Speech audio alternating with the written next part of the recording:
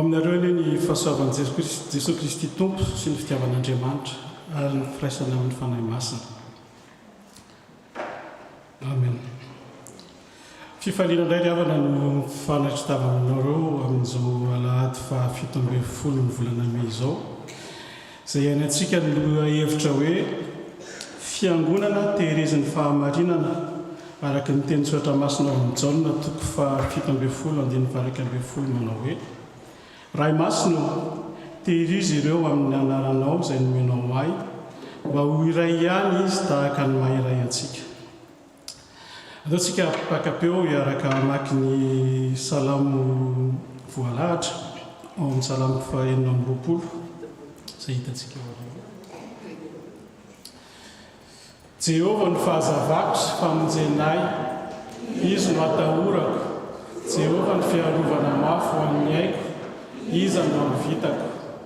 Zavatra iray loha no nangatahiko tamin'i Jehovah, izany no tadiavako, dia ny toerana ao an-tranon'i Jehovah amin'ny andro rehetra iainako. Mba ho faly mijery ny fahasoavan'i Jehovah sy mandinitra ny tempolony. Mihaino Jehovah fa mitaraina mafy aho ary mamondrafo amiko ka valio aho. Raha hoy ianao, tadiavinareo ny tavako, dia onona valiny foko. Eny, nitavanao ny tadiaviko Jehovah aho. Amen. Iaraka ho vetesintsika ny hira voalahatra ao amin'ny FFPM 14:1-3.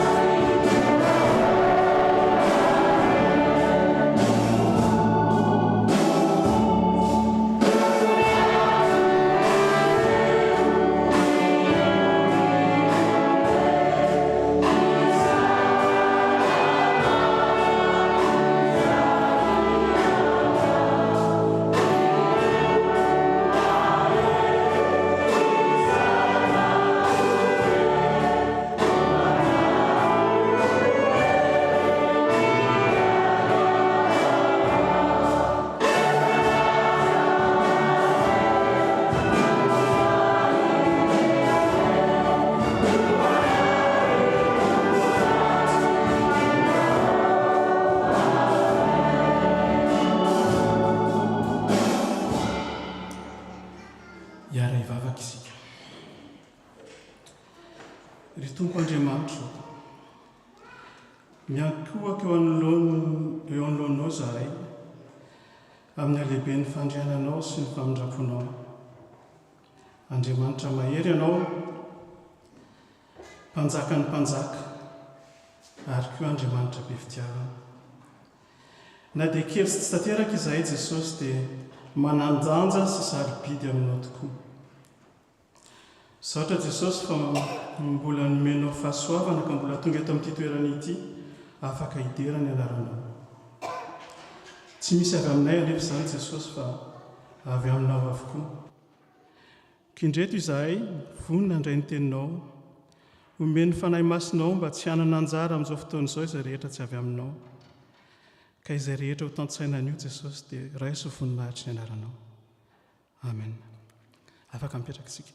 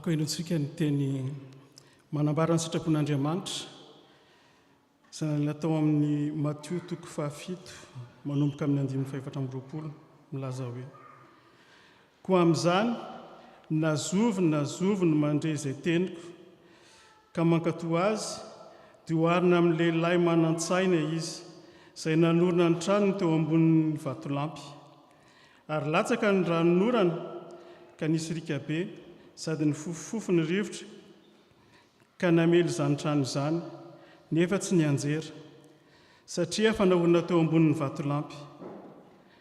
Fa izay rehetra mandre izany teniko izany nefa tsy mankatoa azy dia hohariny amin'ny lehilahy adala izay nanorina ny trano teo ambonin'ny fasika, ary latsaka ny ranonorana ka nisy rika be sady ny fofofofo ny rivotra ka namely izany trano izany, dia nianjera izy ka loza ny fianjerany. Manoloana izany teny izany dia hiara-handiny tena kely isika.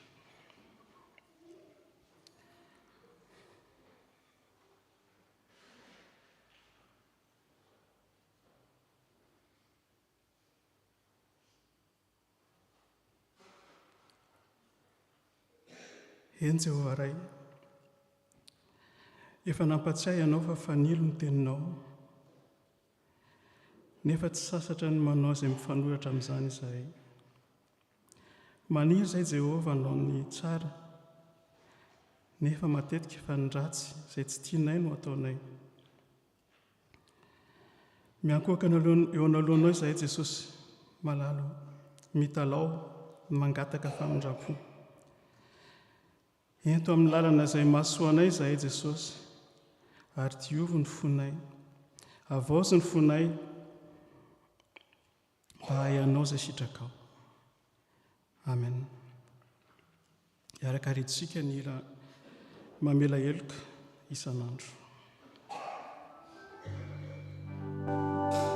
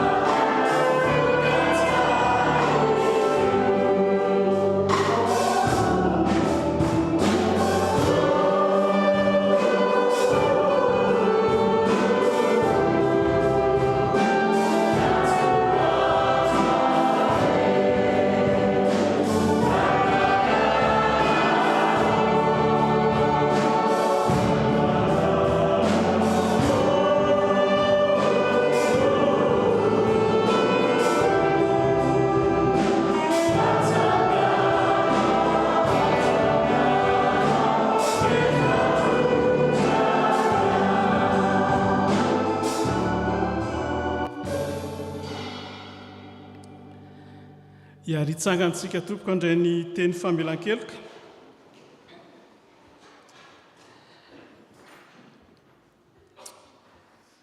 Izao ny andro ny ondrika, ary izao no ampandry azy hoy Jehovah Tompo. Ny very ho tadiaviko, ny voaroka ampodiako, ny folaka ho amarako, ary ny malemy ho atanjahiko. Isika rehetra izay feno finoana ka mangataka famelana amin'i Jesosy Kristy Tompo dia manana antoka fa efa voavela. Ataontsika miaraka ny hira FFPM 220 andininy voalohany 7 ary 5.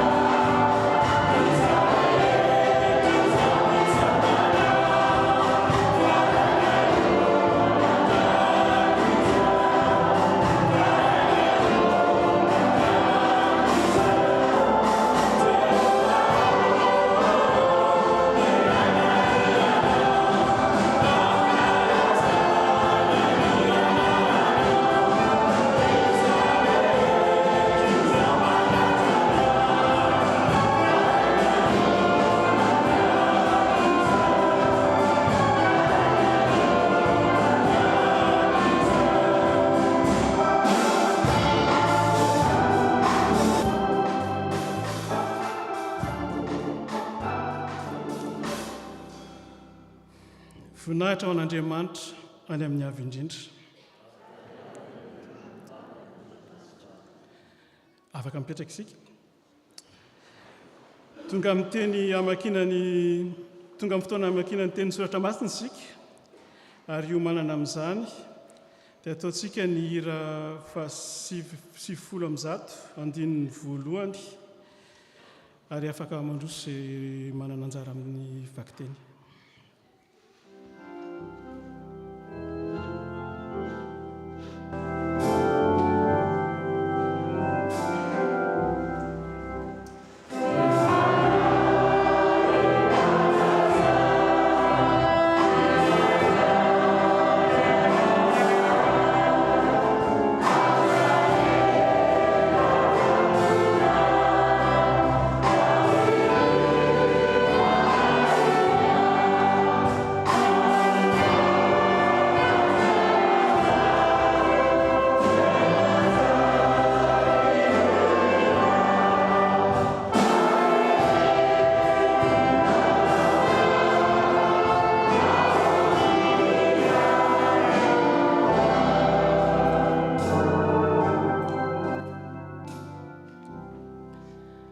raha tsy ny tompony ranenaka izy adino misy fotoana ny tsekola lahady alohan'ny vakiteny.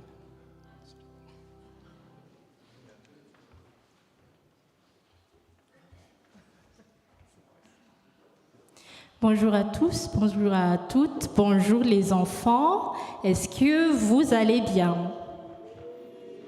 Très bien, nous remercions le Seigneur pour ça. Donc avant la lecture, on va avoir 5 minutes pour vous. Pour aujourd'hui, je vais vous montrer 2 images. On peut montrer la première image? Voilà. Est-ce que vous connaissez quel est cet objet? C'est un ascenseur, exactement. Est-ce que quelqu'un a déjà utilisé un ascenseur? Levez la main si vous avez déjà... Ah, donc ceux qui ne lèvent pas la main, ils n'ont jamais été dans un ascenseur. Bon, c'est presque tout le monde. On a presque tous utilisé déjà un ascenseur. Si vous n'avez jamais utilisé, on a aussi un ascenseur à l'église. Un ascenseur, ça sert à quoi? Ça sert à monter et à descendre un immeuble sans utiliser les escaliers. Et la deuxième image. Voilà.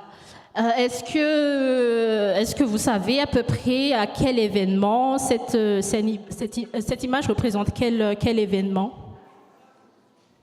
Un peu plus fort? L'ascension, exactement. L'ascension de Jésus que les chrétiens, nous avons célébré jeudi dernier. C'est pour ça qu'on n'a pas eu école jeudi dernier. Est-ce que vous avez remarqué que le mot ascenseur et ascension se ressemblent un peu? Oui. On va se focaliser sur le mot ascension quand même aujourd'hui, mais pas sur le mot ascenseur. Comme un ascenseur qui monte, l'ascension de Jésus, c'est la montée au ciel de Jésus. Après sa mort et sa résurrection, Jésus est retourné auprès de Dieu, son Père, dans la gloire du ciel. Donc il est passé de la terre vers le ciel et il est monté comme dans un ascenseur. Et pour ça, on peut se poser quelques questions. On peut se demander, mais pourquoi Jésus, il n'était pas resté sur la terre? Pourquoi il n'est pas resté avec nous? Pourquoi il n'est pas resté avec ses disciples? Pourquoi il n'est pas ici? Pourquoi il est monté au ciel? Et on peut se poser la question aussi, mais est-ce qu'il a laissé ses disciples tout seuls sur la terre? Il est parti, vous voyez sur l'image, il est parti vers le ciel et ses disciples sont restés sur la terre. Pour répondre à cette deuxième question, on a une double réponse. La réponse peut être oui et peut être non. Oui, parce que effectivement, physiquement, Jésus est monté au ciel. Il n'est plus resté sur la terre. Et comme nous voyons aussi aujourd'hui, Jésus n'est pas parmi nous physiquement. Donc, il a bien laissé ses amis, ses disciples sur terre. Mais la réponse est aussi non. Et c'est surtout la réponse légitime parce que même si Jésus est monté au ciel, il n'abandonne jamais, au grand jamais, ses disciples. Pour comprendre un peu pourquoi Jésus il est monté au ciel, c'est comme, vous imaginez, un enfant, regardez, un enfant qui apprend à faire du vélo. Quand il apprend à faire du vélo, au début, il a les 2 roues derrière pour tenir l'équilibre. Mais à un moment donné, les parents, quand ils trouvent que c'est le moment donné, que c'est le moment propice, les parents enlèvent les 2 roues du vélo pour que l'enfant puisse avancer tout seul sans les 2 roues pour devenir un peu plus grand, comme des grands. Et c'est un peu ce que Jésus avait fait avec ses disciples. Il est parti au ciel, il a laissé ses disciples sur terre pour que eux, ils puissent grandir dans leur foi. Et en fait, en même temps, Jésus n'a jamais laissé ses disciples tout seuls, puisqu'il est présent, il était présent avec ses disciples, il est présent avec nous, mais d'une autre manière, mais pas physiquement. Et en même temps, en fait, juste avant de monter au ciel, Jésus avait prié pour ses disciples. Il a demandé à Dieu de les protéger et de les garder unis dans l'amour. Et c'est une de nos lectures du jour. Et on va lire ça ensemble. Est-ce qu'on peut projeter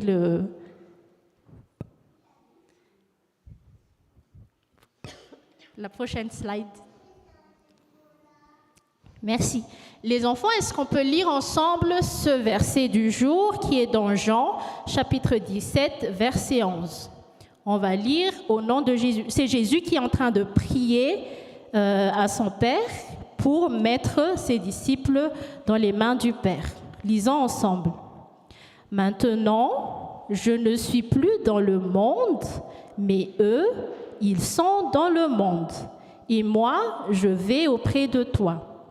Père Saint, garde-les par la force de ton nom, le nom que tu m'as donné. Ainsi, ils seront un, comme toi et moi, nous sommes un. Cette prière de Jésus, ça veut dire que Jésus veut que nous nous aimions, que nous soyons gentils les uns avec les autres, que nous restions unis, surtout au sein de notre Église. Et il est important à noter, est-ce qu'on peut projeter la prochaine slide? Il est important à noter que même si Jésus est monté au ciel, qu'il n'est pas présent parmi nous physiquement sur terre, il est toujours avec nous par son amour, par le Saint-Esprit et par ses paroles dans la Bible. Et pour répondre aussi à la première question que j'avais posée tout à l'heure, mais pourquoi Jésus il est monté au ciel? Je vais vous donner 3 réponses.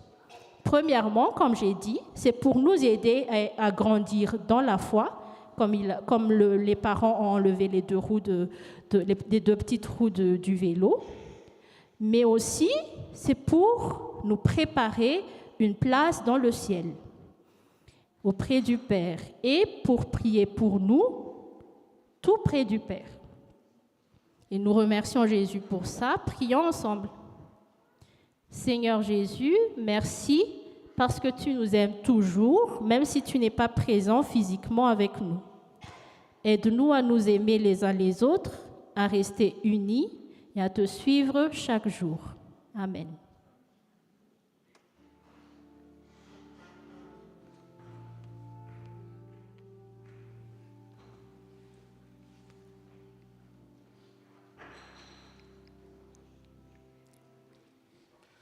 Misaotra ny sampana sekoly alahady hiroso amin'ny vavaka sy vakiteny amin'izay isika. Misaotra tao.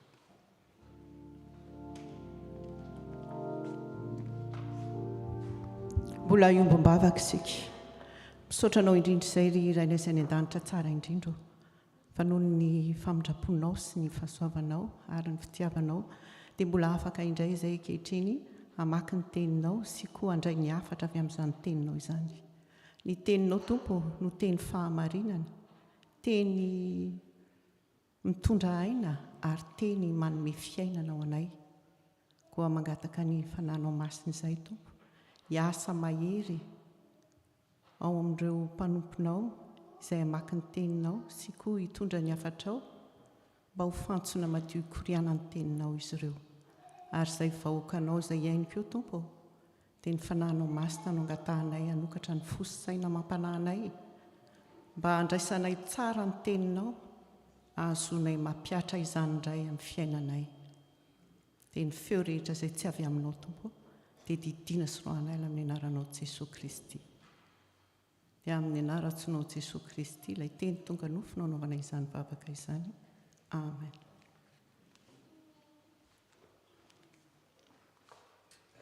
Anomboka ny vakiteny sika amin'ny asan'ny apôstôly. Asan'ny apôstôly toko voalohany 12 ka hatramin'ny 14. Asan'ny apôstôly toko voalohany 12 ka hatramin'ny 14. amin'ny anaran'i Jesosy. Ary izy ireo nivehina tany Jerosalema rehefa avy teo amin'ny tendrombohitra atao hoe Oliva, izay akaikin'i Jerosalema araka izay mety ale amin'ny sabata. Ary rehefa tafiditra izy dia niakatra ho any an-trano ambony izay fitoerany. Dia Petera sy Jaona sy Jakoba sy Andrea, Filipo sy Tomasy, Bartolomeo sy Mathio, Jakob zanaky Alfeo sy Simona Zelota, ary Jodasy zanaky Jakob. Ireo rehetra ireo niraisany naharitra nivavaka mba amin'ny vehivavy sy Maria renin'i Jesosy ary ny rahalainy. Toizantsika ny vaky teny dia arak'izay voasoratra ao amin'ny Petera voalohany toko 4, ny andininy 17 ka hatramin'ny 19. Petera voalohany toko 4, ny andiny 17 ka hatramin'ny 19, amin'ny anaran'i Jesosy.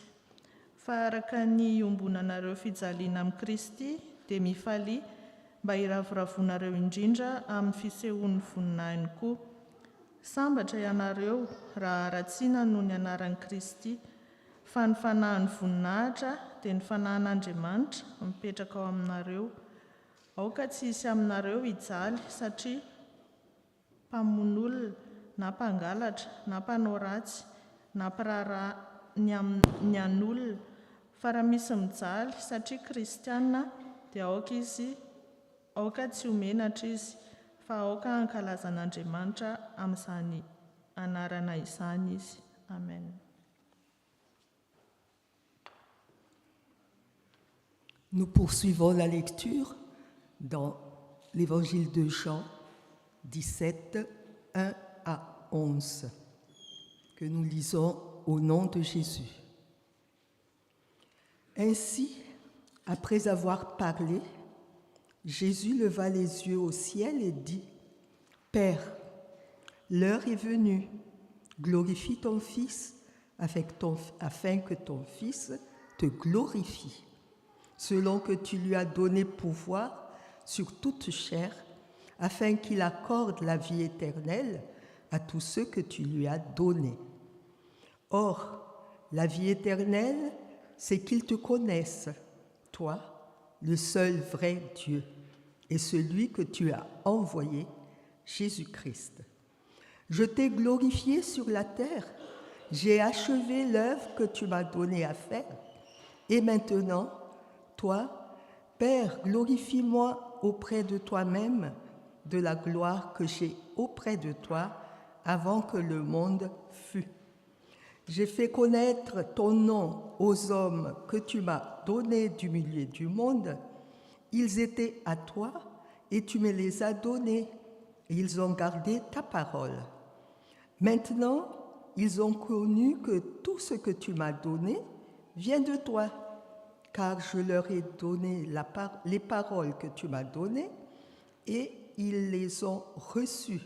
Et ils ont vraiment connu que je suis sorti de toi et ils ont cru que tu m'as envoyé. C'est pour eux que je prie. Je ne prie pas pour le monde, mais pour ceux que tu m'as donnés parce qu'ils sont à toi. Et tout ce qui est à moi est à toi. Et ce qui est à toi est à moi, et je suis glorifié en eux. Je ne suis plus dans le monde, ils sont dans le monde, et je vais à toi. Père Saint, garde en ton nom ce que tu m'as donné, afin qu'ils soient un comme nous. Amen.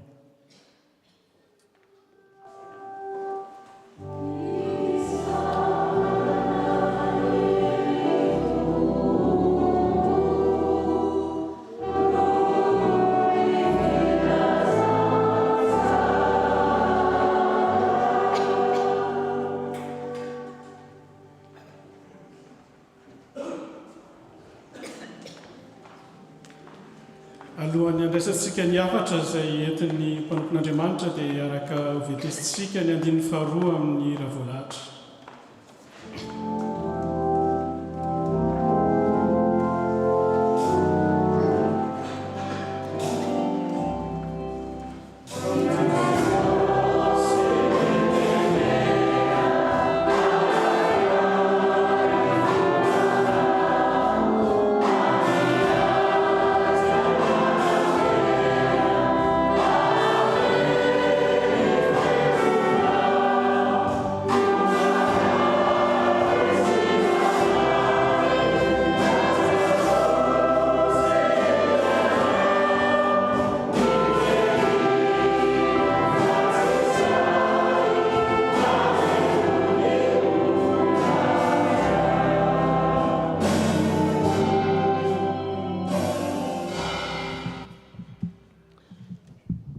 Vavaka isika tompoko, misaotra anao izahay ry Jesosy tompo raha tonga amin'izao fotoana izao indray izay hitenenanao aminay tsiraray avy. Ianao no hiteny ary ianao no hanambara ny hafatra izay tianao ho raisina indray anio dia hanamasina ny vavaka anao ary hanendry ny lelako. Tsisy hozoam-bary eto anio afa-tsy ny teny avy aminao. Hatreo feno izao ary atao fitafakambana aminao izahay na amin'ny alalan'ny teny izay omenao anay, amin'ny anaranao Jesosy no angatana izany. Amen. Petraka isika tompoko.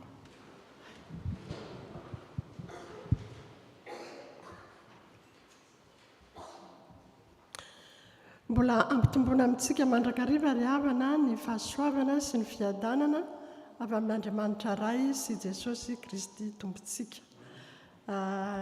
Ny teny izany ny voalahatra androany ny perikopa dia angalantsika fampianarana dia ny Jaona, filazantsara ny Jaona 7:10 manomboka amin'ny andininy voalohany hatramin'ny faraky 10 araka izay efa novakin'ny mpanompon'Andriamanitra teo. Rehefa mamaky an'ity teny ity tsika dia ny voalohany indrindra eo dia izao hoe rehefa nolazain'i Jesosy izany teny izany, izany hoe inona ilay teny, ilay tontolo mialohany izao vavaka fisoronana izao izay no hambaran'io teny io hoe rehefa nolazain'i Jesosy izany teny izany. Mialohany ialany Jesosy eto an-tany ny antony na ny ran'Andriamanitra azy dia izao ny hanambaran'Andriamanitra sy ny fanjakan'Andriamanitra amin'ny olona. Izay ilay teny izay nataon'i Jesosy ary dia eo aloha eo izy dia efa miresaka ny amin'ny isarahany amin'ny mpianatra satria tonga ny fotoana. Hitantsika hoe ahoana moa izany hoe tonga ny fotoana izany.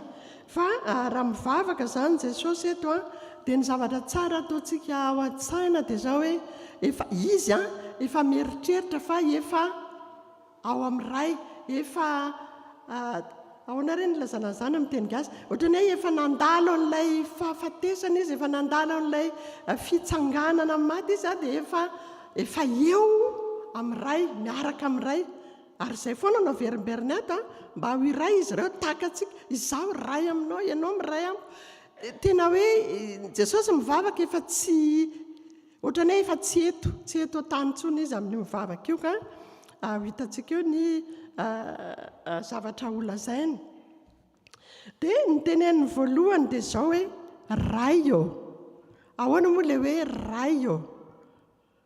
Rehefa miresaka tsika amin'ny dada amin'ny nena dia izao misy zavatra efa ao anatin'ny fotsika ao. Raha miteny izao Jesosy hoe ray eo, dikan'izany dia izao hoe fantatro ianao fa tena tia fantatro fa izay lazaiko rehetra dia enonao ary fantatro fa afaka teneniko anao daholo ny zavatra rehetra.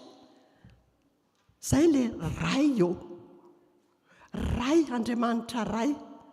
Ao aorianao ary izy mbola miteny mihitsy, mbola mangataka hoe aseho eto fa tena zanakao izay le ray eo ary izao a jesosy rehefa mivavaka hitantsika any anatin'ny filazantsara rehetra any dia izao mitokany izy tadidinareo rehefa maraina alina koa izay ny ilazan'ny tenin'Andriamanitra azy mifo maraina alina koa izany any ohatra amintsika zao izany dia hoe any amin'ny 3 amin'ny 4 maraina any izy no mifo mandeha mitokana mivavaka dia rehefa avy eo ny mpianatra mandeha mitady azy fa izao vavaka ataon'i Jesosy eto izao a dia eo amason'ny mpianatra satria mbola miresaka amin'ny mpianatra izy talohan'izao a mbola manafatravatra ny mpianatra izy a fa ao aorianan'izay izy dia izao hoe nanandratra ny masony izy dia nanao an'izao vavaka fisorohana izao.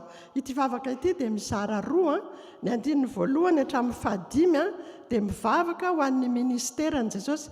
Io ministera resahan' Jesosy io ohatra ny hoe ministera efa vita io dia ny andininy 9 hatramin'ny faraka 12 izay noraisintsika izany dia mivavaka ho an'ny mpianatra izy sy izay rehetra mino azy noho ny amin'ny tenin'ireo mpianatra ireo. Zay zany le textantsika.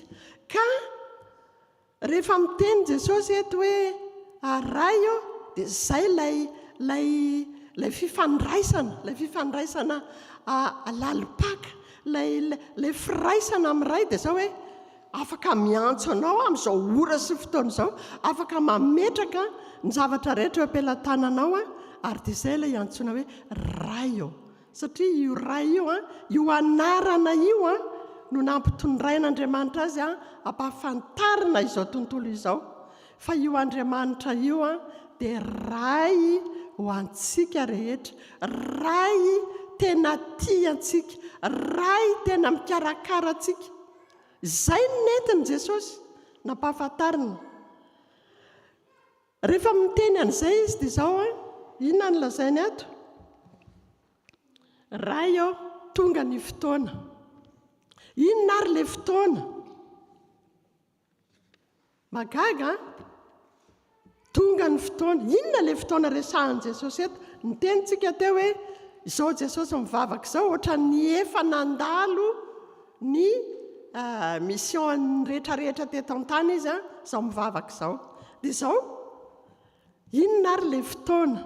Le fotoana dia tsy hafa fa ilay fotoana izay tena mangidy indrindra tsy maintsy lalovan'i Jesosy.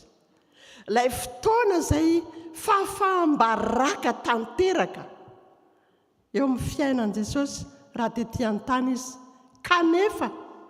Kanefa fandresena kosa, fotoam-pandresena, fotoam-boninahitra, izay ilay fotoana. Io ilay fotoana hisaraka amin'ny mpianatra izy, andalo fahoriana izy, andalo fijaliana izy, andalo fahafahambaraka izy. Kanefa hitondra fandresena amirapirata ny voninahitr'Andriamanitra. Izay ilay fotoana. Ary io fotoana io indrindra izao entin'i Jesosy ambavaka izao. Mivavaka ho an'io fotoana io izy. Izay ilay tohany hoe mankalazany zanakao. Mankalazany zanakao. Aseho eto Andriamanitra raiko fa tena zanakao tena zanakao malalanao aseho eto zany. Aseho eto ny voninahitra izay efa niarahako taminao, nanana taminao. Ny mpianatra ny eo amin'izany mahita maheno tsara n'izany rehetrarehetra izany. Ary mampianatra ny mpianatra koa Jesosy eto hoe tahaka izao ny firesahana amin'ny ray tahaka an'izao sokafana eo anatrehan'ny ray ny fo izay rehetra ao anatin'ny fonao dia afaka resahanao amin'Andriamanitra ray. Anankiray izay faharoa dia izao koa hoe tiany Jesosy ho fantatra asehon'ny mpianatra hoe inona no manerin'ny fon'ny Jesosy rehefa miresaka ny mpianatra izy amin'ny ray. Zavatra tsapan'ny mpianatra teo amin'io fotoana io daholo izany. Asehon'i Jesosy izany hoe manahoana ny ao anatin'ny fon'ny Jesosy ao rehefa miresaka amin'Andriamanitra izy momba nyreto mpianatra ireto. Ary ery lehibe ho an'ny mpianatra izany, ery lehibe satria fotoana izay isarahana amin'i Jesosy rehefa avy eo. Ary io fotoana io indrindra no entin'i Jesosy ambavaka eto. Ary fampahirezana izany ho an'ny mpianatra satria maheno n'izao vavaka ataon'i Jesosy izao izy, maheno ny zavatra rehetra manery ny fon'i Jesosy izy. Hoy isika hoe mizara roa ilay izy, ny 9 hatramin'ny 120 dia mivavaka ho an'ny mpianatra Jesosy. Mitsambikina kely eo amin'ny 220 ahako satria izao io 120 eo lavabe ny vavaka nataon'i Jesosy ho an'ny mpianatra hatrany amin'ny 120. Fa izao ny 120 no tena mamitina ny vavaka rehetra nataon'i Jesosy ho an'ny mpianatra. Io no ataontsika hoe verset tena hoe mahafoaka zany ilay vavaka. Inona raha ilay 120 izay nangalantsika n'io lohahevitra io hoe fiangonana tehiriziny ny teny fahamarinana. Satria izao hoy Jesosy eo amin'ny tapany faharoa amin'ny 120 izay vakiako amin'ny anaran'i Jesosy, ray masino tehirizy ireo amin'ny anaranao izay nomenao ahy, mba ho iray ihany izy tahaka ny maha iray antsika. Nomen'Andriamanitra an' Jesosy ny anarany mba ho ampahafantarina ny mpianatra. Mba ho ampahafantarina ny mpianatra. Zay hitanareo ilay izy ilay fitenintsika amin'ny fitenin'ny olona, za moa tsy tena mpiteny an'izay loatra fa hoe Dieu s'est révélé à moi. Zay ilay izy hoe io ilay anarana entin'i Jesosy io ampitaina, ampahafantarina. Dia avy eo ilay olona rehefa tonga amin'izay stade izay izy dia miteny izy hoe Dieu s'est révélé à moi. Dia mitondra zavatra ao anatin'ny fony ao zany, misy zavatra teraka ao am-pony ao. Dia hoy Jesosy hoe tehirizy ireo amin'io anaranao io. Izany anarana nentin'i Jesosy nampahafantarina zany dia anaran'Andriamanitra ray feno fitahiana, feno zava-tso ny lanitra rehetra. Zay ilay anarana ampitondraina an' Jesosy, omena ampahafantarina mba hahatonga ny olona mba hianoka koa amin'izany zava-tso zany. Ary tsy mahagaga raha hozy Jesosy hoe tehirizy ireo amin'ny anaranao, io anaran'Andriamanitra io no tehirizana antsika. Tsarovana ny teny izay ataon'i Jesosy dia marina. Zay ilay Jesosy hozy Jesosy rehefa miteny izy hoe izaho sy ny ray dia iray ihany. Ahoana raha fomba eritreretina izany efa nanazava an'izany pasteur teto indray mandeha. Hoy izy izay mifamponina ny ray sy ny zanaka sy ny fanahy masina. Nazavainy be zay mihina fa matadidy daholo tsika rehetra. Fa eto koa dia izao Jesosy ao amin'Andriamanitra ray, Andriamanitra ray ao amin'ny zanaka, ao amin'ny fahamasinany. Izay no soritantsika eto indray. Ilay fahamasinan'Andriamanitra, ilay fahamasinan'i Jesosy Kristy, izay no maha-iray azy. Ary rehefa miteny izy any amin'ny Petera voalohany any, toko voalohany 15 sy 19 dia izao misy any an'izao hoe aoka ho masina ianareo satria masina ao Jehovah Andriamanitrareo. Io fahamasinana io zany no maha-iray. Ary izao sika rehetra izao dia izao olona nantsona ho amin'izay fahamasinana izay. Ary izay no vavaka ataon'i Jesosy eto, ahatonga antsika ho iray amin'ilay Andriamanitra ray, zanaka masina indrindra. Fa raha tosa anatriany izany ka tsy ao anatiny izay fahamasinana izao, hoy izy ilay pasteur izay hoe hors-jeu, lasa any amin'ny sisiny, any amin'ny sisy tosy any ianao fa tsy ao anatin'ilay firaisana. satria io fahamasinana io no mampiray. Dia izay no vavaka tena ataon'i Jesosy ray ray masina ray masina, lay ray tena hoe ambony tena ambony surélevé, tena hoe tsy takatry ny saina ny fahalebiazany fiandriana, ny fahamasinany tahirizy ho ao ireo e. Izany zao ka handalo zavatsarotra e, izany zao ka andeha ho aleviny e, fa mba tahirizy ireo e. Raha any amin'ny fasana izy 3 andro 4 andro tsy tapany, dia zao efa eo am-pelatanan'Andriamanitra ny mpianatra, efa eo ambanin'ny fitahirizan'Andriamanitra.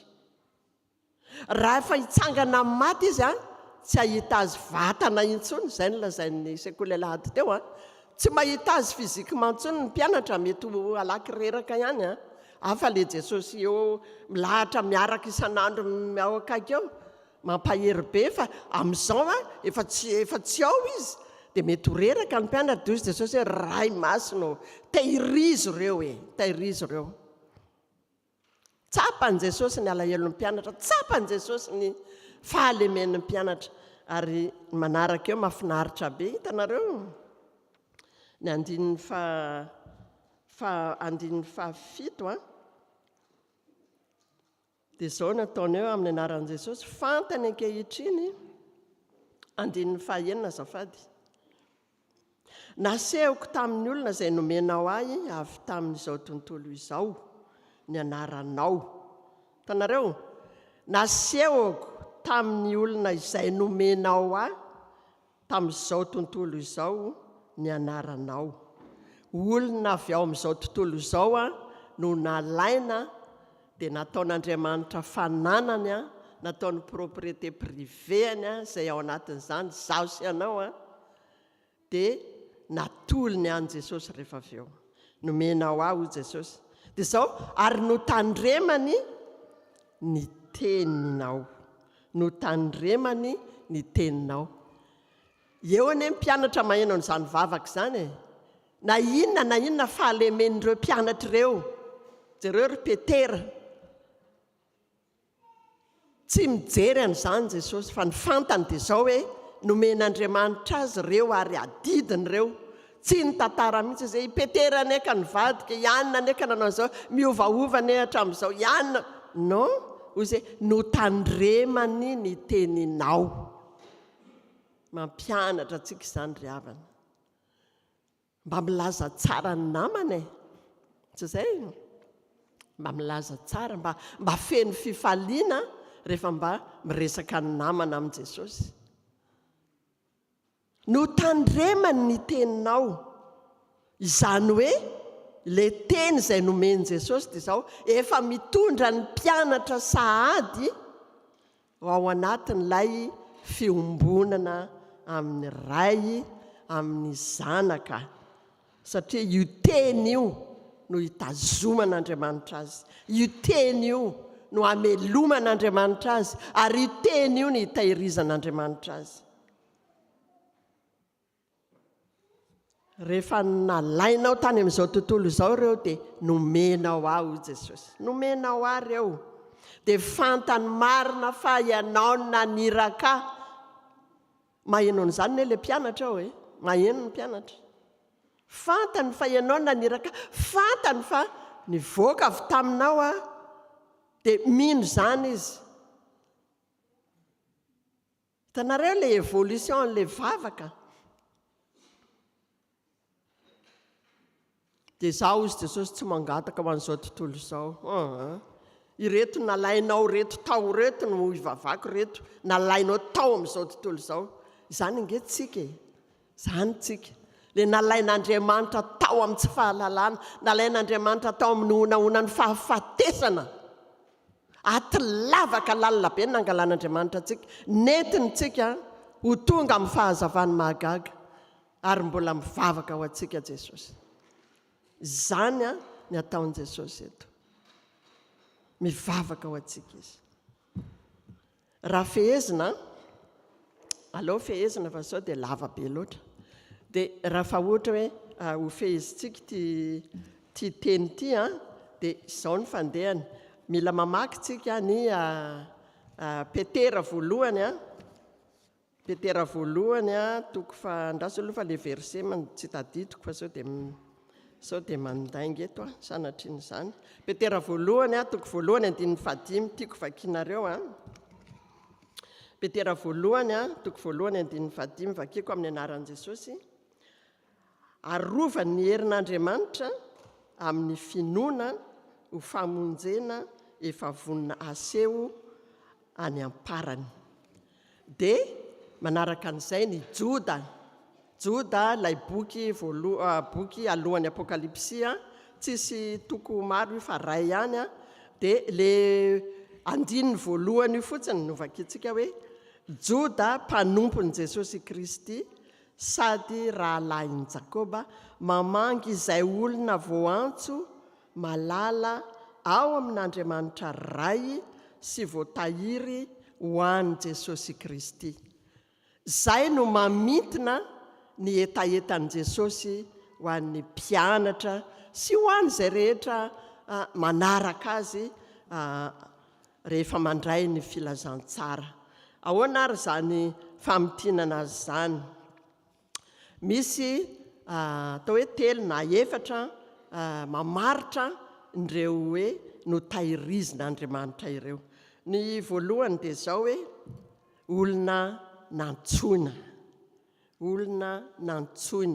Izany hoe nantsoina zany dia zao any amin'ny Jeremia any izy miteny azy: hatry ny fony ianao mbola tsy noforoniko, hatry ny ianao mbola tany am-boka, mbola tsy voaeritreritra hoe isan'izany Jeremia zany, dia tany ianao efa notendreko ho mpaminaniko.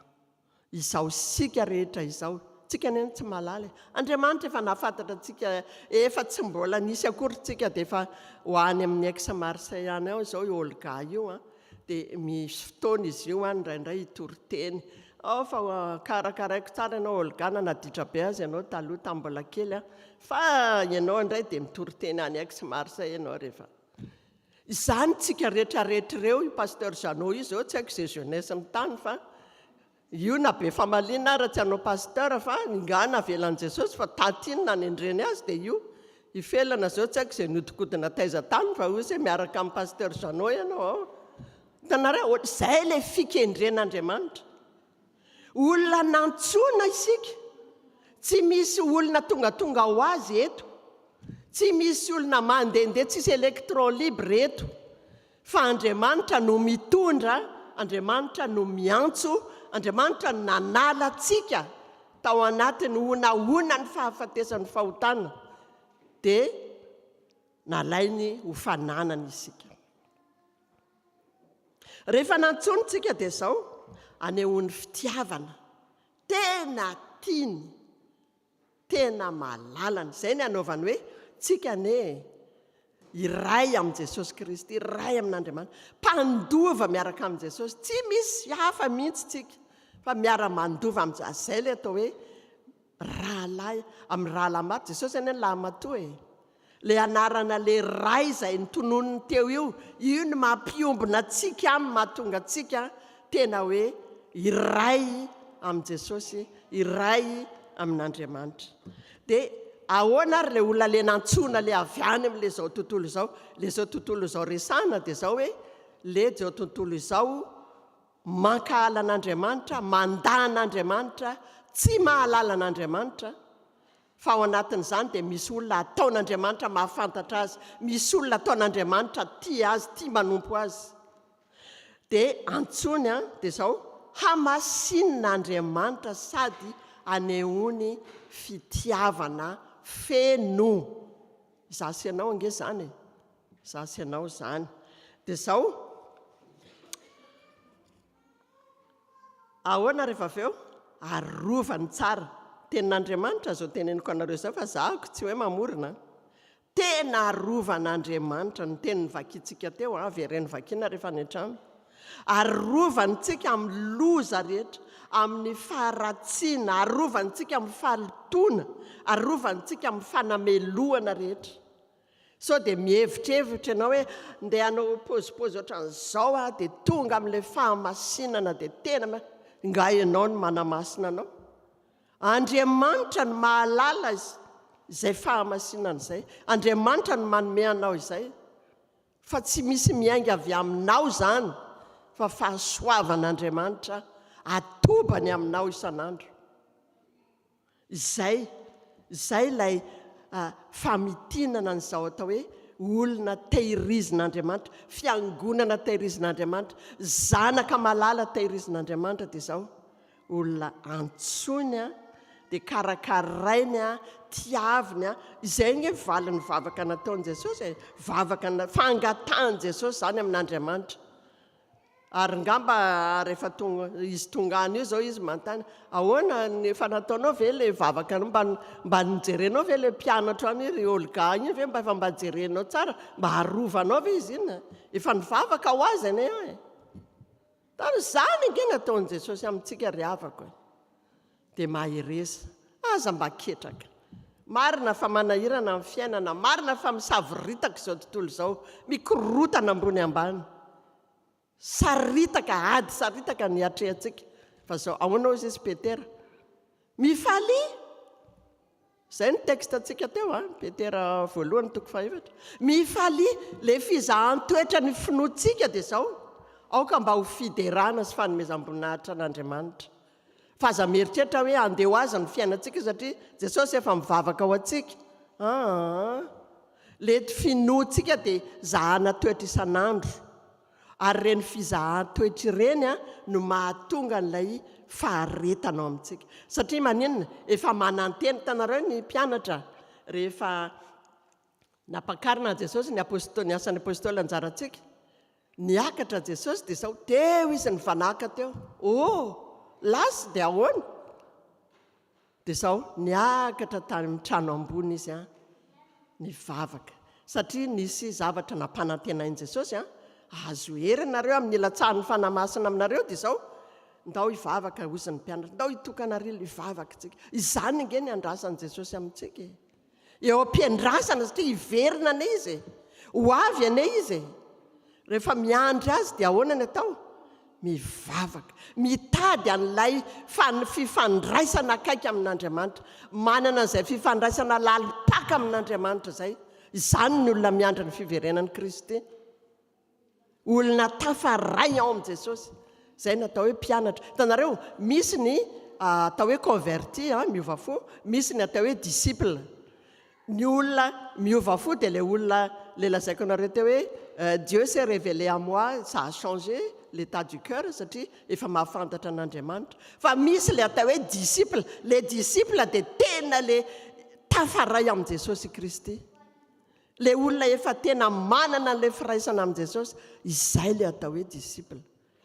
Fa tsy mitovy loatra ny converti sy ny disciple. Aleo azava fa ianao zany, ianao mpianatra Jesosy io dia tafaray ao amin'i Jesosy, ary ilay fahamasinana izay no mampiray.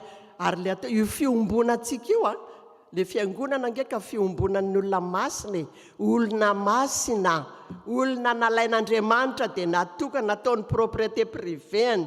Raha hitafy an'izay fahamasinan'Andriamanitra izay, raha fa tsy zainy eo dia matiatoka fotsiny tsika. Fa tsy hoe tsika anao hiaraka fety dia hiaraka sakafo dia hoe zay tsika le miombona dia zay le hoe iray ao amin'ny tompo. Fa le fahamasinan'Andriamanitra ao amintsika, izay natao hoe mampiray atsika, ary amin'izay tsika ny olona atao hoe iray dia iray amin'Andriamanitra, iray amin'i Jesosy Kristy, satria manana an'izay fahamasinana izay. Any amin'ny Petera 1 15 sy 19 vakio dia hitanareo le izy. Dia izay no ampahirezana antsika ry havana amin'izao herinandro mialohan'ny Pentecôte izao. Tahaka ny mpianatra ane tsika izao tao am'rihana, tao amin'ny trano ambony tsika, miandry an'ilay nampanantenaina dia ilay fanahy masina, ilay fanahy ny voninahitra izay ampanantenain'Andriamanitra. Hitanareo le atsoina tsika dia karakaraina, tiavina, anehoana fahasoavana dia izao asain'Andriamanitra tsika amin'ny farany mahita ny mpanjaka ny voninahitra, mahita an'ilay jesosy kristy ao amin'ny voninahiny sy amin'ny fahatsarany rehetra. Zay ny tanjona, zay le buta, zay lay lova andrasantsika, zay lay ampanantenaina dia mahereza ry havana. Samy mahery mitady an'ilay fifandraisana lalipaka amin'Andriamanitra. Izay no anjarantsika mandra-piverin' Jesosy eny amin'ny rahony lanitra, dia ho azy rery ny voninahitra mandrakizay. Amen.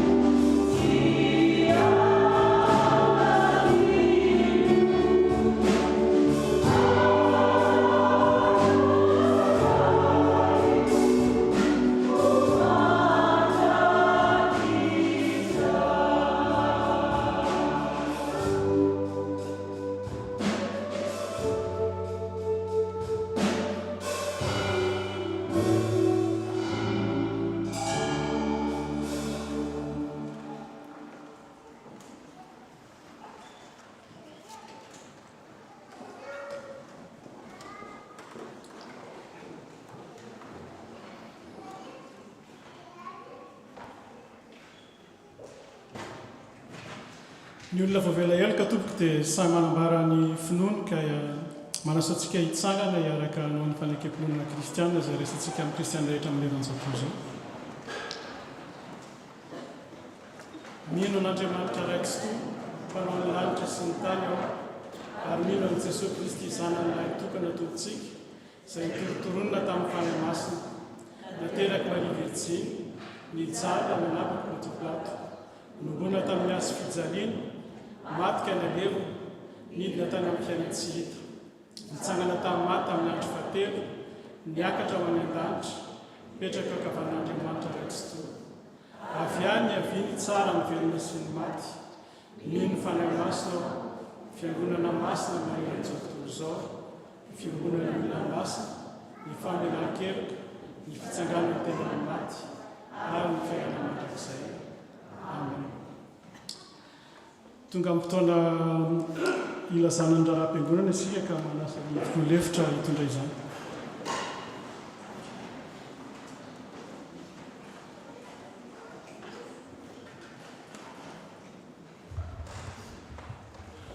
Faly miarabantsika amin'ny rehetra amin'izao alahady fahatelo ny volana Mai, alahady 17 Mai 2026 izao. Faly miaraba ihany koa izay rehetra manaraka amin'ny tambajotra amin'ny réseaux sociaux sy ny YouTube. Ho aminareo hatrany iny ny fahasoavana sy fiadanana avy amin'Andriamanitra ray tsy toa sy Jesosy Kristy tompontsika. Ry havana raha misy amintsika sambany vao tonga mivavaka miaraka amintsika androany dia angatahana izy hitsangana ho arakaik'ny fiangonana. Si parmi l'assemblée il y a des gens qui viennent pour la première fois pour l'église, donc voilà. Merci beaucoup. Donc l'église est heureuse.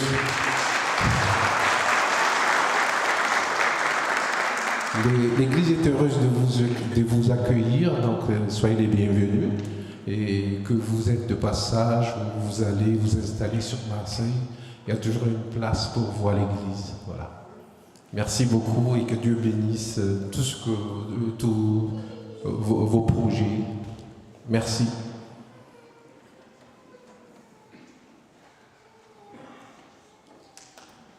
Misaotra ny Rasoamananarija nitarika sy nitondra ny fotoana androany ary manotra ny fisorana koa ny Matoa Ramadanasoa Olga amin'ny fitantanana ny fitondrana ny tenin'Andriamanitra. Indro seho antsika indray ny eo amin'ny fafana ireo fandaharam-potoana isan-kerinandro. Izany koa dia alefa amintsika amin'ny WhatsApp ihany ho fampatsahivana. Manentana antsika hatrany ry havana hanatrika izany arak'izay fahafahantsika. Fampatsahivana misy ny asa fampaharizana aoriana izao fotoana izao ka manasa antsika hanatrika izany. Dia toy ny mahazatra izay maniry hanatrika dia angatahana avy dia androso etỳ aloha ary izay tsy afaka hijanona kosa dia tsofina rano andeha mora mandeha ampilaminana any avy any eriny. Ireto indray kosa ireo daty isan-karazany tsara ho tadiana. Ny 24 Mai dia alahadin'ny Pentecoste ary manomboka amin'ny 10 atoandro ny fotoana. Isy ny fandraisana ny fanasan'ny tompo ary izy koa ny fanokana na fanaovana confirmation any tamby rantatily. Aorinan'izany alahady zany dia isy ny agape karakarainy ianta sy antro angambany izy atsangana azafady ary afaka mitsangana ianta taty anta taty zo taty antra izy ireo no isaorana azy mialoha no karakara ny agape ho antsika rehetra izay maniry ho avy amin'izany ary isy ny fisoratana anarana. Dia ny fiangonana moa zany no manolotra ny voankazo ary dia angatahana antsika samy hitondra sahaza azy amin'ny sakafo. Sotra tompo. Ny alatsinainy Pentecôte dia journée andro pirahalaina eto am-piangonana. Isa-taontsika dia manao fitsangatsanganana fa amin'ity taona ity zany dia ataontsika fiarahana tsy misy contrainte zany fa zay ahatongavantsika samy mitondra ny sakafony dia miara mifaly sy mikarakara, afaka manao barbecue, manao fanadiovana sy fandaminana isan-karazany eto amin'ity toerana ity. Mila kolokoloina ihany mantsy ity toerantsika ity. Dia efa misaotra antsika mialoha. Ny 30 mai dia misy ny concert ny TGC amin'ny 3 ora hariva. Amin'ny 3 ora hariva izay no daty ora no heverin'ny komity fa tsara satria misy fantatsika moa ny événement misy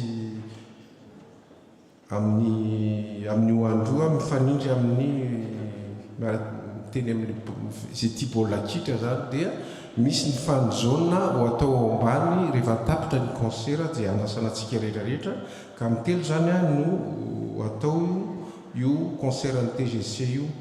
Ny fandraisana anjara dia 25 € ny lehibe ary ny ankizy hatramin'ny 12 taona dia maimaimpona, ny mpianatra dia 15 €. Isy fandraisam-pitenenana ny tompona andraikitra ny commission etsika trano aoriana izao fotoana izao. Ny faharaiky amby 30 Mai kosa dia alahadin'ny vehivavy sampana SVK sady fetin'ny reny izy io. Dia isy agape koa aoriana fotoam-pifavahana ary misy ny sosaratananarana ka manasantsika rehetra iomana amin'izany ary izay maniry an'izany dia afaka manantona ny sampana.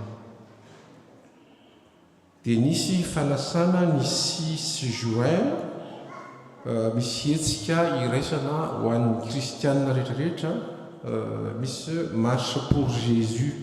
Zany hoe io marche io zany dia asehoitsy araky ny efa nampitaina teto dia misy marche iombonantsika amin'ireo kristianina rehetra eto amin'ny vohitra misy atsika Marseille.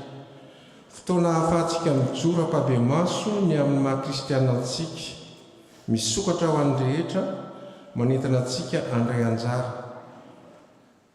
Rassemblement et lancement amin'ny ray ora latsakafe ny en place du théâtre de la Joliette amin'ny 2e arrondissement ary ny fiangan'ny défilé ny dibea dia amin'ny roa makany amin'ny mairie hôtel de ville.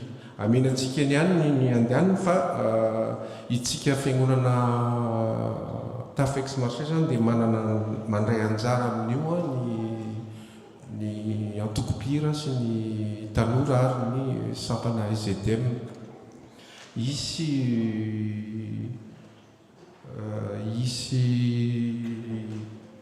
fampisehoana zany concert eo mairie avy eo. Vaovao eto an-toerana araky ny voalaza teo dia ho raisina hompandray ny fanasany tompo amin'ny ladin'ny Pentecoste Itamby Luka Rantantely.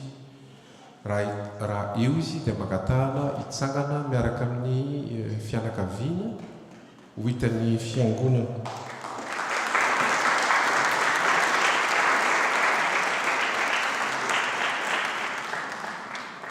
Dia ho tanteraka soamantsara ny fotoana apetrakantsika amin'ny tompo ary isika fiangonana dia aoka hitondra-bavaka izany andro lehibe izany.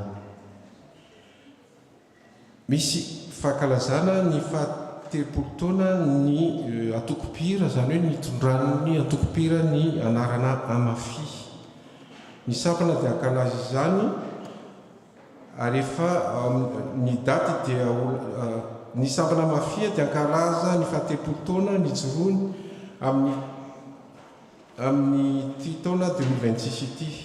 Ny daty dia ho lazaina amintsika manaraka eto. Indro vakina amintsika ny taratasy voaray mahakasika izany. Ho vakiko ilay taratasy azafady. Nous avons la joie immense de louer Dieu pour les 30 ans du nom à ma fille. 30 années de louange, de service, de fraternité et de fidélité divine. 30 années durant lesquelles chacun d'entre vous a contribué à écrire une histoire portée par la grâce de Dieu. L'année jubilaire est déjà en marche et nous avançons vers ces moments clés. La date de la grande célébration sera dévoilée très bientôt. Nous souhaitons que tous ceux qui ont fait partie de cette aventure, anciens comme actuels, puissent se sentir pleinement concernés. Votre présence et votre participation donneront une dimension unique à cette année de reconnaissance. Si vous souhaitez prendre part à cette célébration ou contribuer d'une manière ou d'une autre, nous vous invitons chaleureusement à prendre contact avec le bureau. Nous vous intégrerons dans l'organisation et vous transmettons les informations nécessaires. Dans le cadre de notre célébration, un concours de Irafanir est actuellement organisé. Ouverture du concours mercredi 22 avril 2026. Clôture du concours, c'est le vendredi 5 juin 2026 à 23h59. Le choix du chant, samedi 6 juin 2026. Modalité de participation. Le présent concours est ouvert à tous les membres de la MAFI, anciens, actifs, membres et sympathisants, sans restriction d'âge. Le thème et texte de référence, la célébration du 30e anniversaire de la MAFI est placée sous le thème Fatsara Nimir Wanandemant in Mam Sadmitka fédéral, psaume 147, verset 1. Louez l'Éternel, oui, il est bon de célébrer notre Dieu. Oui, il est agréable, il est convenable de le louer. Donc voilà. Pour ceux qui souhaitent avoir plus d'informations, vous pouvez vous rapprocher du bureau à ma fille. Que Dieu vous bénisse abondamment et que cette année jubilaire soit pour nous tout un temps de joie, d'unité et de profonde gratitude. Avec affection et reconnaissance, l'équipe à ma fille. Ni vavao am 13e matin, ni fotoana manaraka ny pôle médico-social dia amina sabotsy 6 juin 2026 asaina hisonoatra anarana amin'ny tompon'andraikitra ireo zay mila izany. Mitohy hatrany ny fanatanjahantena, ny karaté, ny fitness araka ny fandaharana.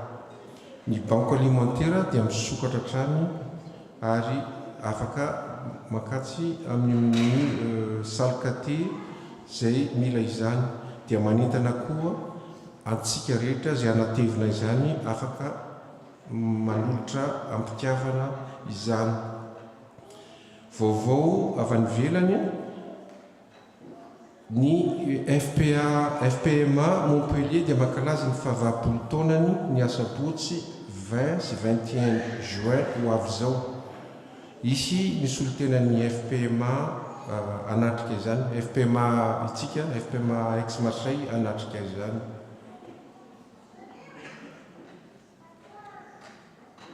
Mitohy hatrany koa ry havana ny cellule de prière hitondrantsika ambavaka iro zay tsy salama ka manintana antsika hatrany anotrona anatrika izany. Ny convention annuelle ny sampana iraisana fifoazana, ny daty dia ny 6 ka hatramin'ny 12 juillet 2026. Ny toerana dia lycée Don Bosco 570 any Gel. Ny fanandraisana anjara dia 27 € isan'andro ary ny ankizy latsaky ny efa-taona dia manaim-poana. Efa misokatra ny fisoratana anarana, raha mila fanazavana dia afaka manantona ny biron'ny fifoazana. Avy amin'ny sampana iraisana vehivavy sy sampana iraisana lehilahy, ny zaikabe ataon'izy ireo dia ny 17 sy ny 18 octobre. Ary ny toerana dia any amin'ny éthique étape Dijon. Any Dijon zany no ataony zaikabe ny SVK I sy ny SLK. Ny sarandasy dia ny olon-dehibe dia 99 €, Ny ankizy hatramin'ny 10 taona dia 60 euro. Ny sakafo fotsiny dia 15 euro. Ny 300 ny sarandasy dia mila efaina amin'ny soratan'anarana ary non remboursable.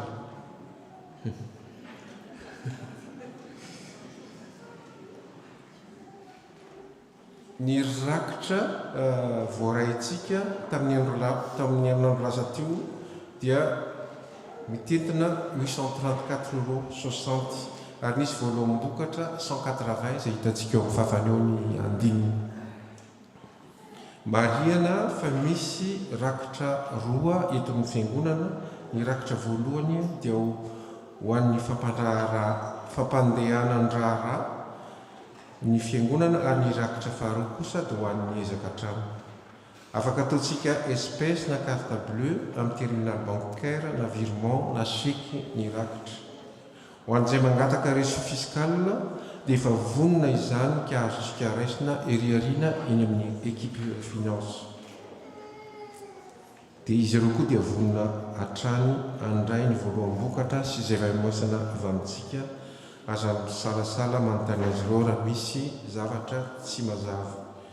Dia izay indray ary ny vaovao eto amin'ny fitandremana, oka isika tsara sy tonga ambavaka mandrakariva ireo asa marobe napetraky ny tompo amintsika.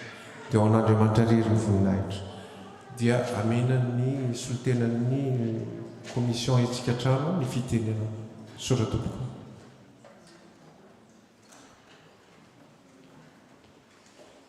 Merci tonton Rabé, ce n'est que moi. Permettez-moi de m'exprimer en français pour que ce soit le plus intelligible pour le plus grand nombre. Comme tonton Rabé a partagé tout à l'heure, le 30 mai, on va faire la fête dans ce lieu.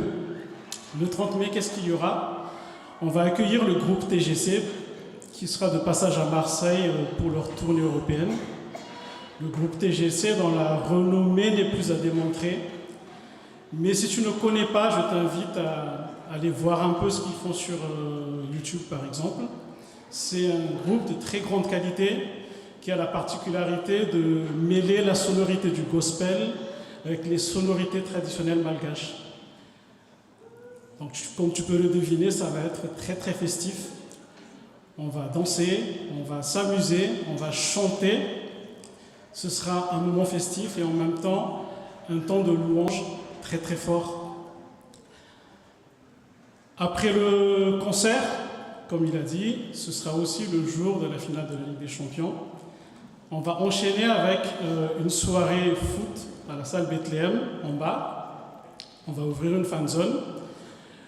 Il y aura une buvette pour se restaurer.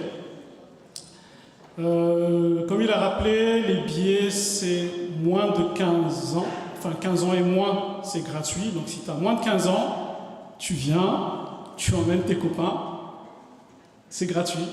Pour les autres, je vous invite à venir parce que c'est aussi, comme on dit, joindre l'utile à l'agréable, c'est aussi pour soutenir notre projet d'acquisition de ce magnifique temple.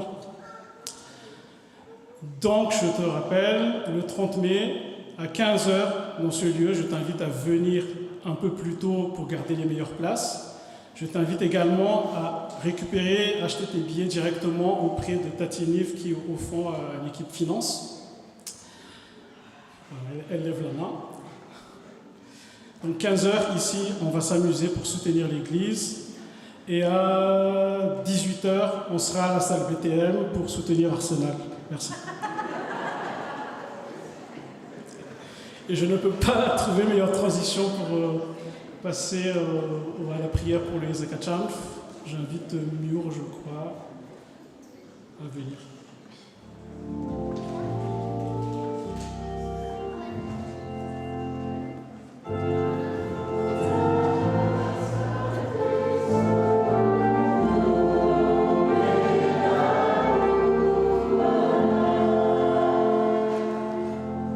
Nous prions. Seigneur Dieu, merci pour le souffle de vie que tu nous donnes encore aujourd'hui. Merci parce que tu as pris soin de chacun de nous et tu nous as réunis en ce lieu pour pouvoir te célébrer et te glorifier. Seigneur, nous voulons te dire merci pour cette maison que tu nous as donnée, pour cette maison que tu as choisie et que tu as sanctifiée afin que ton nom y réside à jamais. Seigneur, nous te demandons de soutenir les efforts des ouvriers qui œuvrent chaque jour pour embellir cette maison, de soutenir les efforts des commissions et de soutenir les efforts de l'Assemblée afin que nous puissions consacrer notre temps, notre argent et notre énergie au service de ton évangile. Seigneur, merci pour ce que tu as accompli. Merci parce que grâce à toi, ce rêve d'obtenir cette maison est une réalité. Mais il y a encore beaucoup à faire. Alors Seigneur, sois auprès de chacun d'entre nous, que nous puissions, Seigneur, soutenir cette maison par la prière, par nos dons, et que, Seigneur, nous puissions nous réjouir de ta présence en ce lieu. Par le nom du Seigneur Jésus, nous te le demandons. Amen.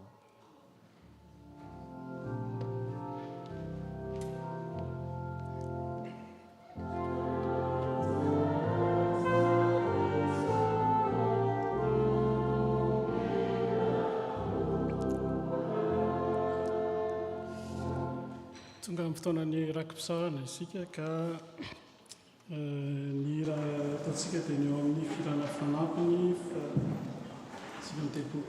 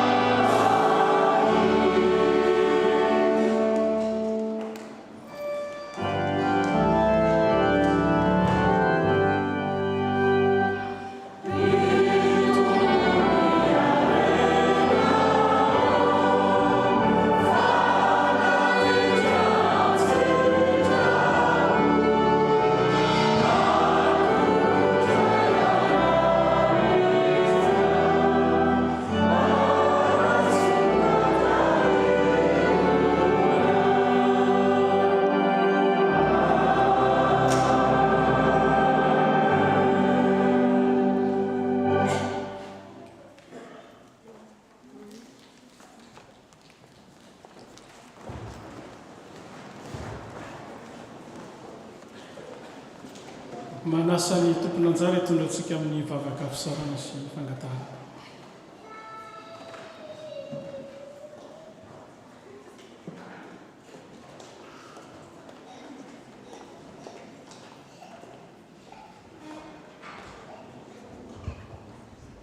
Mivavaka isika tompo. Tera laza voninahitry nasandratra ianao tompo malala totoa ny amin'ny fizotran'ny fotoan'androany, ny amin'ny teninao izay nampianarinao mpatsivinao anay isan'andro sy androany. Misaotranao ny amin'ny fotoana mamy indrindra izay ahafahanay mankalazanao, manome voninahitra anao na amin'ny famondraponao sy ny fiadananao izay atosakao isan'andro aminay, ary indrindra ahafahanay ihany koa manana fotoana hiainonao anay rehefa avy nihaino teninao izahay. Mino sy matoky izay tompo fa ny fotoritory sy mangorakoraka izay miatoraka potry ny azo fijalianao dia tsy mba tanao tsinotsinony, ka izany no sahinay mangataka aminao ankehitriny. Ny trotro-ambavaka ny asa fanompona, trotro-ambavaka ny asan'ny fiangonana, ireo mpitondra anay ara-panahy, ray aman-dreny mpitandrina sy ny vady aman-janany, ny filohan'ny tafo, ireo rehetra miara-miasa aminy, ny loholona, ny komity, ny vaomiera, ny satsokajana, ny diakona, ny birao tsampana sy izahay rehetra.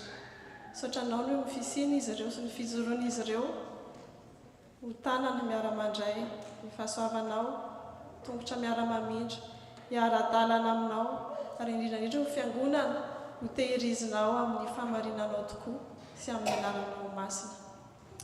Fitoriana ny filazantsaranao. Mahatsiaro ambavaka izay amin'ny asa fitoriana ny filazantsara. Eto anivon'ny FPMA, na eto la Frantsa izany, na manerana izao tontolo izao, ny vondrona maro samihafa izay manokana ny fotoanany sy ny asany, fitorinanao ireo izay enjehiny no ianao, momba azy ireo ianao, hiara azy ireo ianao, mba handrosoana izany fitoriana izany. Mahatsiaro koa izahay tompo ny amin'ireo izay osa, ny amin'ireo izay marary, ny amin'ireo izay malemy, voafonja tsy aradrarina, ireo tsy anasa, ireo tsy manan-kialofana, ireo mpitsomponenana, ireo tsy manana taratasy, ny amin'ny fahoriana sy fahasahiranana maro samihafa. Ianao tompo tsy mamela azy ireo kamboty, tsy mamela azy ireo irery, ampahirezo izy ireo, ary indrindra mba tsy mandrakariva fa momba sy miaro azy ianao. Mahatsiaro koa izahay tompo amin'ny isam-batan'olona, ny isa-tokantrano, ireo ray aman-dreny, ny amin'ny fitaizana ny zaza, ny amin'ny asa mandraharaha, ny amin'ny fiainana andavanandro. Aoka izy ireny tompo mba ho fitoriana sy fijoroana vavolombelona ho anao amin'izay ataony rehetra, satria izy ireny ny fiangonana mandehandeha sy vato velona, fenonao ny fahamarinanao sy ny fahamasinanao. Tanao tompo ny firenenay, na ny eto amin'ny firenena izay mampiatrano anay dia i Fransa izany, ny kontinentanay Europe, ny any Madagasikara ihany koa. Ianao no hanome mpitondra endry, hanolo-tsaina ho azy ireo mandrakariva. Ianao no ampitoetra ny fandriampahalemana, ny fiadananao eto amin'izao tontolo izao, manoloana ny ady lehibe maro samihafa. Ianao tompo no hanaisotra ny tahotra sy ny orooro, fa ny fitiavanao kosa sy ny famondraponao, ary ny teninao velona sy mahery mampanjakanao amin'ny isam-batan'olona. Izany rehetra izany tsy tanteraka raha tsy atambatra amin'ilay vavaka tsara indrindra ny ampianarinao manao hoe Renay izay an-danitra, ny maranao, ny fanjakanao, atao any sitraponao, dia ty an-tany an-danitra, ny amiziana sy asa manay. Takona melana izay rehetra taminay, na mitondra ny afaka-panahy, manafana amin'ny ratsy, fanao fanjakana sy ny hery, ary ny voninahitra mandrakizay. Amen.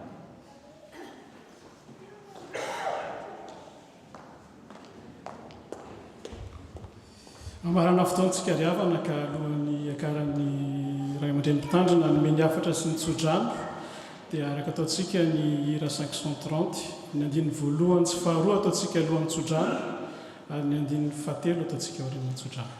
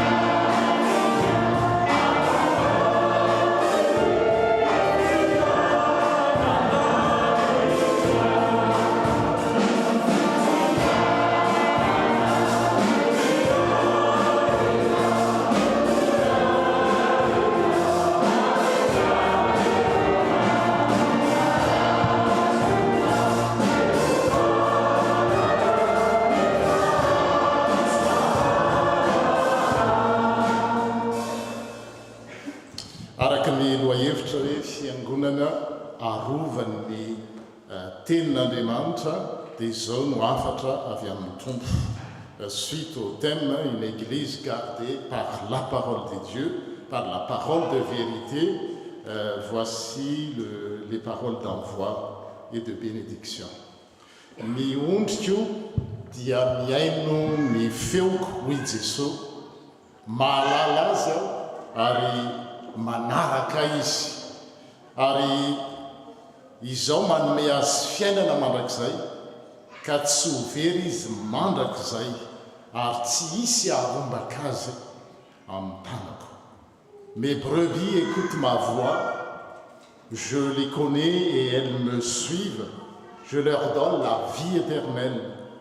Elles ne périront jamais et personne ne pourra les arracher à ma main, dit le Seigneur. Raisy nitsodrany tononona amin'ny anaran'ny tompo. Ary Andriamanitra ny fiadanana ny anamasina anareo manontolo ka ho voatahiry avokoa ny fanahinareo sy ny ainareo ary ny tenanareo ho tanteraka ka tsy anatsiny amin'ny fiaviany Jesosy Kristy tompontsika. Que Dieu, source de paix, vous conduise lui-même à une sainteté totale et que tout votre être, l'esprit, l'âme et le corps soient conservés irréprochables lors du retour de notre Seigneur Jésus-Christ. Amen.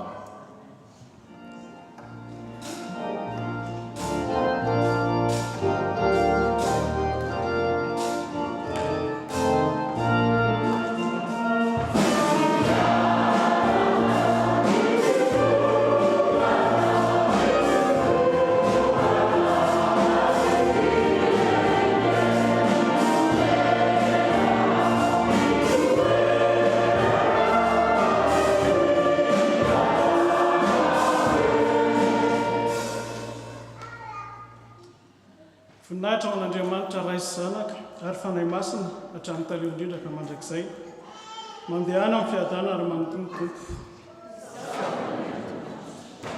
Bon dimanche et bonne semaine à tous.